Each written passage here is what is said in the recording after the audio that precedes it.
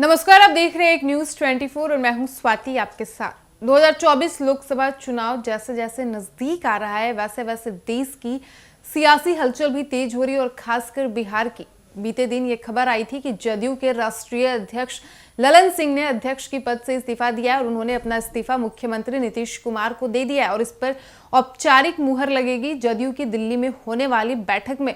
तो वहीं अब रालोजद प्रमुख उपेंद्र कुशवाहा को लेकर यह खबर आ रही है कि उपेंद्र कुशवाहा का जदयू में जल्द ही वापसी हो सकता है।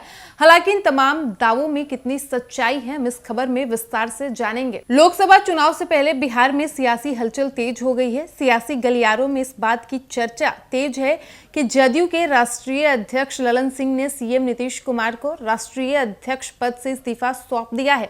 29 दिसंबर को दिल्ली में होने वाली पार्टी के राष्ट्रीय कार्यकारिणी की बैठक में इस पर औपचारिक मुहर लग जाने की भी पूरी संभावना है। वहीं सूत्रों की माने तो कभी नीतीश के करीबी रहे रालोजद प्रमुख उपेंद्र कुशवाहा की 1 साल के भीतर जदयू में वापसी हो सकती है। हालिया कुछ दिनों में उपेंद्र कुशवाहा और जदयू के नेताओं के बीच कई राउंड बैठक हुई है, लेकिन उपेंद्र कुशवाहा नीतीश कुमार का भरोसा चाहते हैं। नीतीश जी जिस रास्ते पर चल रहे हैं वो पार्टी के लिए सही नहीं है, ये उपेंद्र कुशवाहा का बयान था।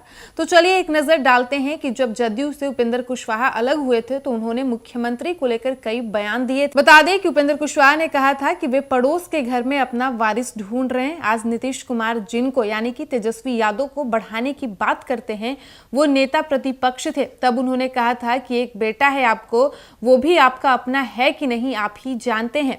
नीतीश कुमार जी का भ्रम धीरे धीरे टूट रहा है। आपकी राजनीति को ताकत देने के लिए जिन्होंने आपसे दोस्ती नहीं की है, उन्होंने आपसे दोस्ती केवल किया है सिर्फ अपने बेटे को मुख्यमंत्री बनाने के लिए।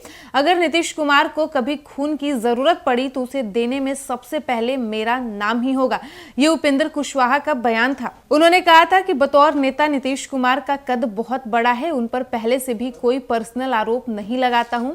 अगर नीतीश कुमार दोबारा से एनडीए में वापसी करना चाहते हैं तो एनडीए में उनकी पैरवी करने के लिए हम तैयार हैं। उपेंद्र कुशवाहा पिछले 1 महीने से लगातार जदयू के बड़े नेता के संपर्क में हैं। ये नेता नीतीश के बेहद भरोसेमंद भी माने जाते हैं। ये सीधा नीतीश कुमार का मैसेज उपेंद्र कुशवाहा तक पहुंचा रहे हैं।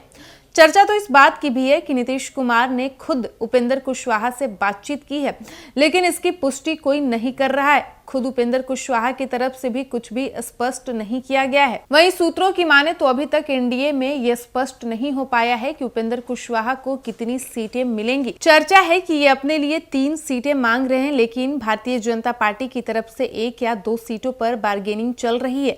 ऐसे में उपेंद्र कुशवाहा की वो मंशा भी पूरी होती हुई दिखाई नहीं दे रही है। ऐसे में उन्हें इस मौके पर जदयू का ऑफर फायदे का सौदा लग रहा है। साथ ही बता दें कि सियासी जानकारों की माने तो उपेंद्र कुशवाहा कभी भी मास लीडर नहीं रहे हैं। उनकी पहचान एक कास्ट लीडर के रूप में है। वो भले ही सीट जीत नहीं पाए, लेकिन सीट को हरवाने में सफल रहते हैं। कुशवाहा अकेले दम पर जब भी चुनाव लड़े 2.5% वोट हासिल करने में सफल रहे हैं। चुनावी गणित के लिहाज से देखें तो बिहार की 243 विधानसभा सीटों में करीब 63 विधानसभा सीटें ऐसी है जहां कुशवाहा समुदाय के मतों की संख्या 30,000 से भी ज्यादा है। राज्य में कुशवाहा समाज की आबादी 7 से 8% है। ये नीतीश कुमार के कुर्मी वोट बैंक से लगभग दोगुनी ताकत है। बिहार में पिछड़े समुदाय की राजनीति में यादवों के बाद दूसरी सबसे बड़ी ताकत है। तो जैसा कि आपने सुना कि रालोजद प्रमुख उपेंद्र कुशवाहा को लेकर ये दावा किया जा रहा है कि उपेंद्र कुशवाहा जदयू के कई बड़े नेता के संपर्क में है और लगातार उनकी बैठक भी हो रही है।